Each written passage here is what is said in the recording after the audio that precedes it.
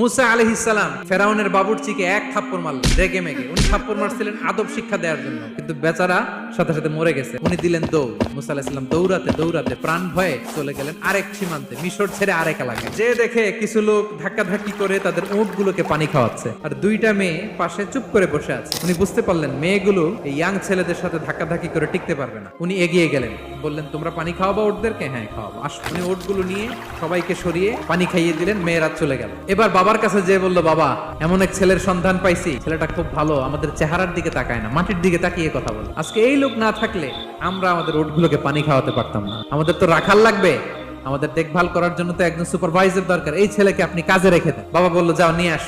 মেয়ে দুজন যে বললো, আব্বার কাছে চলেন, আব্বা আপনার কথা বলবে, আপনার সাথে আলাপ করবে। মুসা আলাইহিস সালাম বললেন, ঠিক আছে, তোমরা পেছনে পেছনে যাও, আমি তোমাদের আগে আগে যাই। তোমরা আমাকে বলবা যে ডানে না বায়ে না সামনে। মুসা আলাইহিস সালামের নজর যেন তাদের দিকে না পড়ে। মুসা আলাইহিস সালাম বললেন, আমি আগে যাই,